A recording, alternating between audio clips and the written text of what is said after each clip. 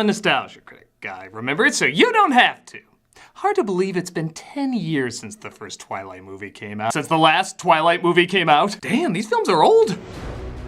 2008, man. That's 15 years since millions of teenage boys were dragged by millions of teenage girls to see a film series that had them scratching their heads saying, really? This is what's gonna get me laid? Girls are stupid. Now let me go watch my equally non-pandering franchise.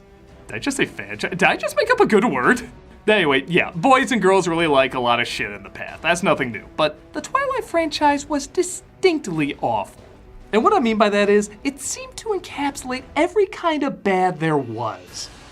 Some are so bad they're good, others are just boring. Some try fourth wall humor, others try to play it straight. Some are just harmless fluff, others are some of the most harmful things you could show a young person involving romance. Now yes, this clearly falls into the category of romantic fantasy, not to be taken too seriously, and the generation that grew up with it turned out fine, so I wanted to see if these movies were as awful as I and everyone who memed them remember. After all, over time, the lead actors have proven themselves to be quite talented. Could it be there was something, even the tiniest thing about it, that was legitimately intelligent? No! It's just dumb! Well, let's not waste any time, because Christ, we have a lot of movies for that. Let's start with the original, Twilight.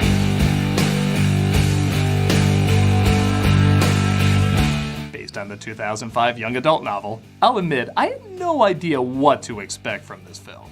All I knew about the book was that distinct cover and that it was everywhere.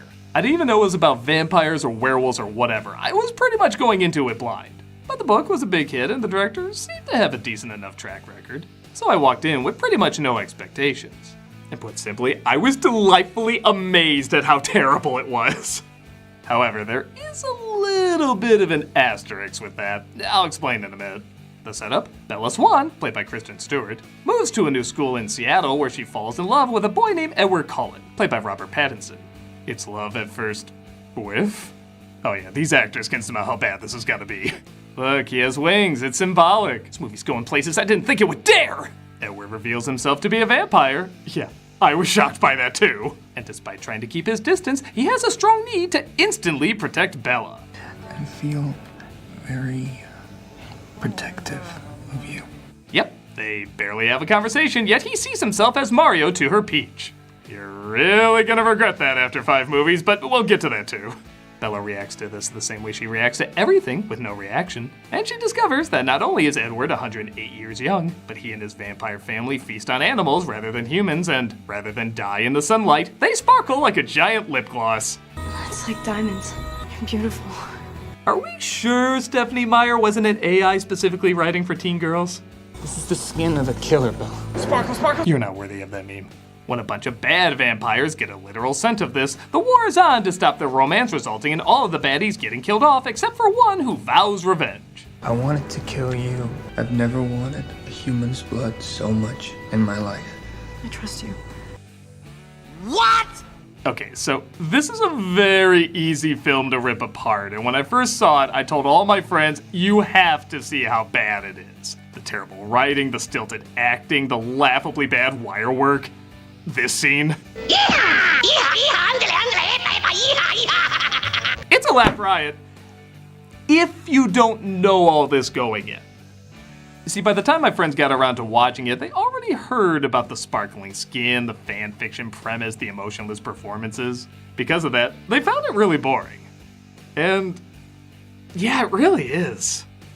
If you go into this completely blind, it's a definite so bad it's good movie. But if you already know the memes and what happens in it, the film is honestly very dull to look at and listen to. The only thing that's kind of entertaining is how they make the mother of all dysfunctional couples try to sound romantic. How did you get in here? The window? I like watching you sleep. I just like to watch you guys. I love you and Johnny. Yeah, sure, throw that on there. So yes, there is a lot that's bad about this movie, but it's not an insane kind of bad if you know what you're getting going in. That's where New Moon comes in.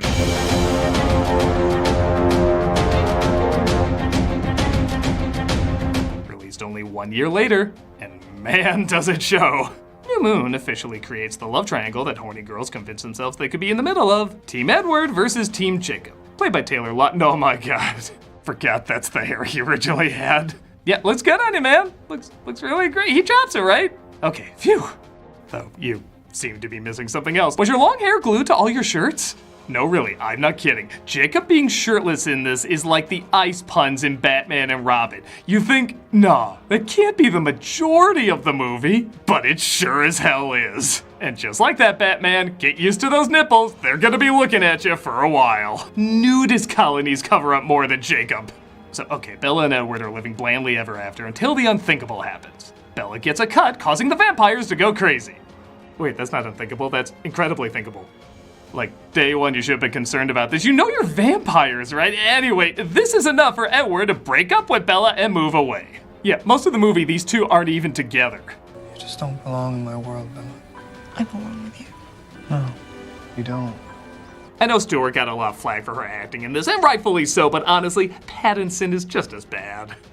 And yeah, I know, they were young, they hit something that caught on, and they wrote it out to good movies eventually, but I'm not gonna pretend because he was in The Lighthouse, this magically becomes good. He's supposed to break up with her and I guess pretend like he doesn't love her, but he has to act bad enough so the girls in the audience can catch on that he doesn't mean it, which just makes the acting worse. I don't want you to come. You're just not good for me. But if it's not too much to ask. Not too much to ask! You literally just broke up with her! Do any of these people?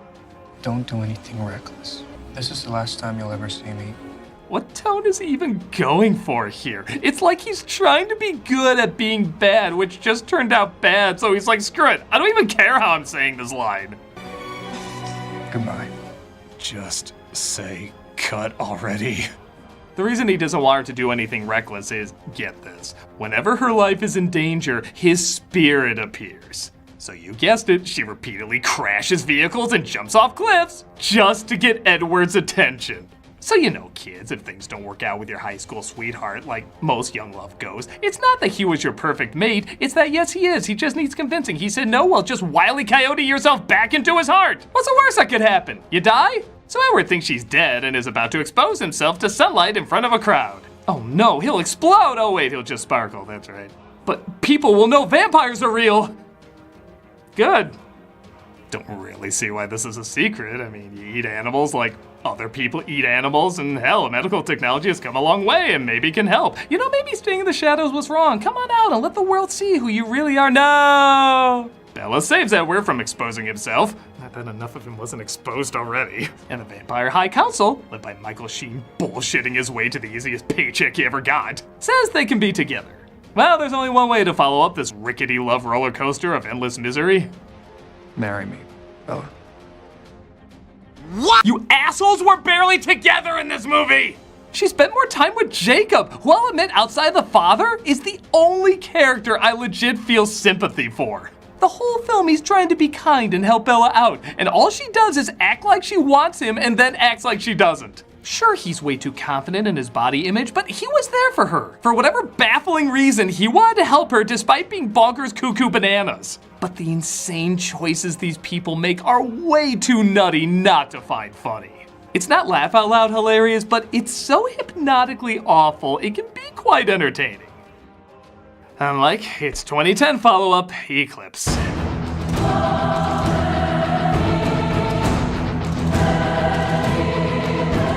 Eclipse, in some respects, is the worst kind of Twilight movie, a self-aware one.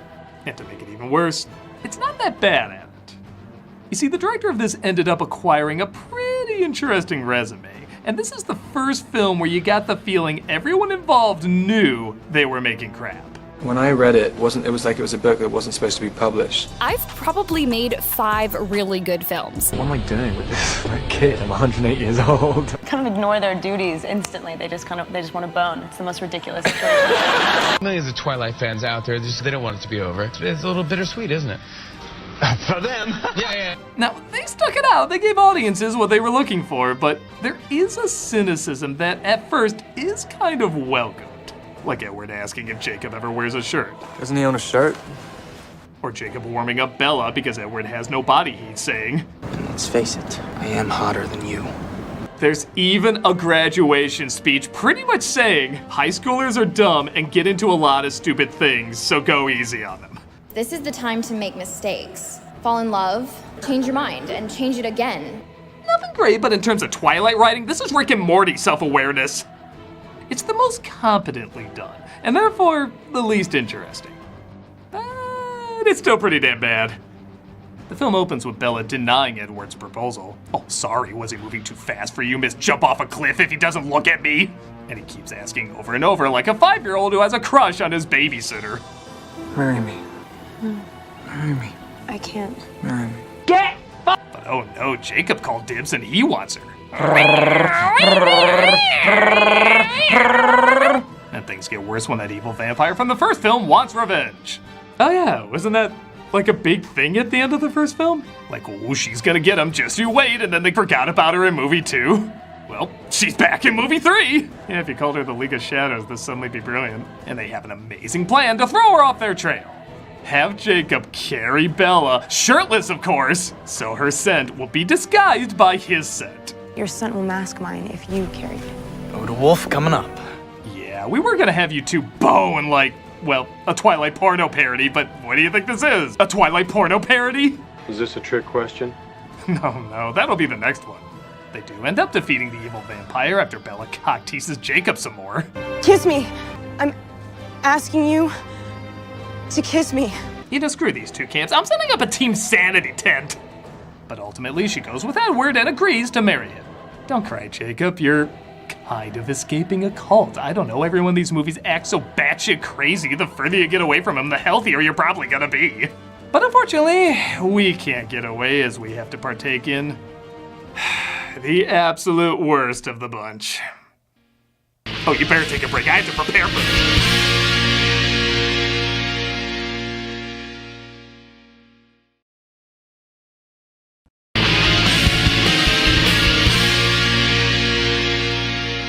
So in 2011, Breaking Dawn Part 1 was released. It was 2 parts because Harry Potter did it. You know, not having enough movies, and then everyone was like, oh, I didn't know we could money this way. 2 parts it is. Anyway, Breaking Dawn Part 1 is easily the worst one.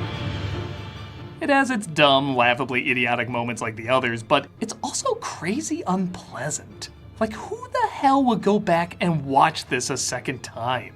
I remember looking forward to watching this and laughing my ass off like the other movies, but this was one of the most unenjoyable experiences I ever had watching a film.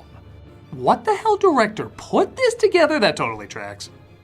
So it opens with Edward and Bella getting married, and her dream of becoming a vampire, kinda, is about to happen. Yeah, I forgot to mention, she really wants to be bitten by Edward and live forever. So, you know, all you teens afraid of death, you should be. Live forever, throw yourself off a cliff. Either works, these movies are garbage. Anyway, Edward takes her to see the boy who tried to steal her away. Cause you know, it's a sign of real love. Everything's perfect now. They dance in the most awkward of silences.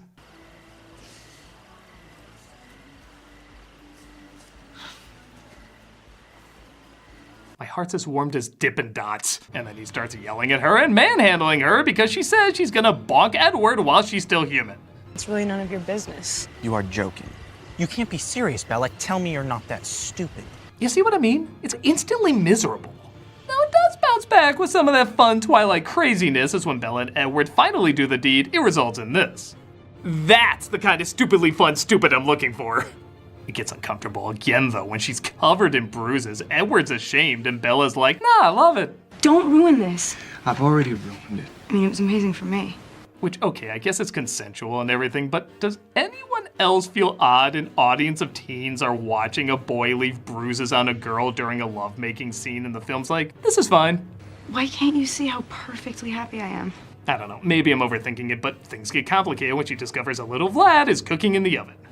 I know that it's impossible, but I think that I'm pregnant. At first I didn't know what they were talking about when they were saying this is impossible as, yeah, vampires can't produce babies, but they can't sparkle and should be able to turn to bats and sleep in coffins and hypnotize people. I really thought they were just vampires in name only. How was I supposed to know you're suddenly sticking to the script? Regardless, everyone acts like a little demon is growing inside her, and again, there's just this relentless nastiness to the movie. Carla will get that thing out. The thing.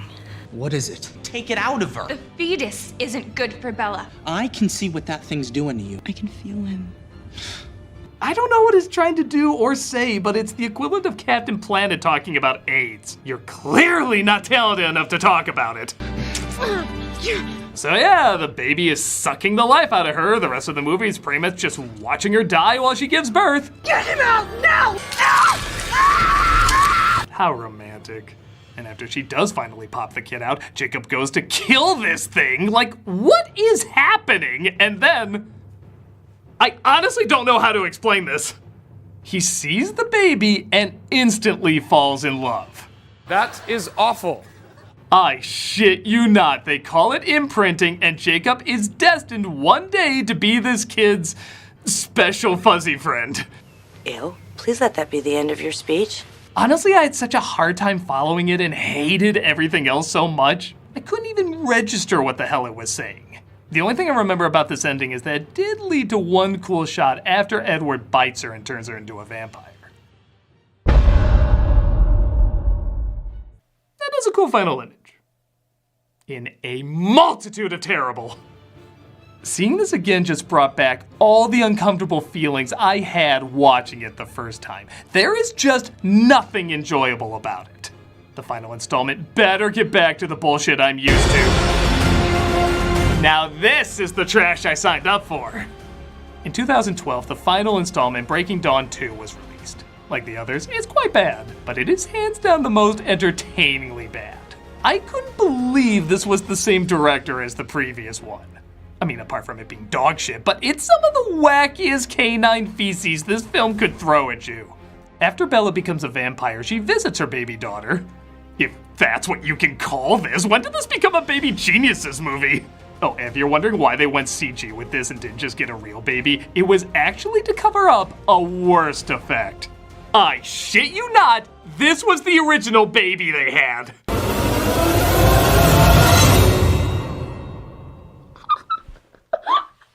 I'm instantly in love with this movie.